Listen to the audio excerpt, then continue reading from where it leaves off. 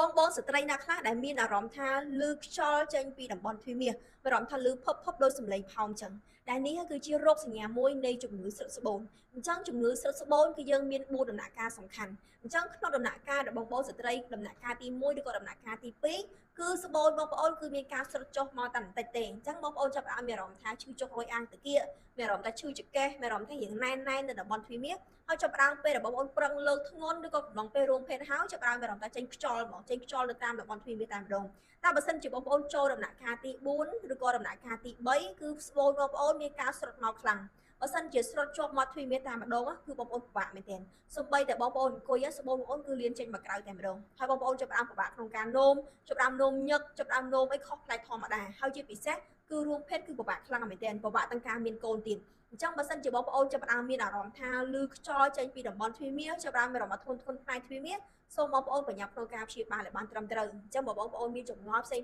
ចង់ប្រឹក្សាយោបល់អាច add មកកាន់ Telegram នៅគ្រូផ្ទាល់បានអរគុណច្រើន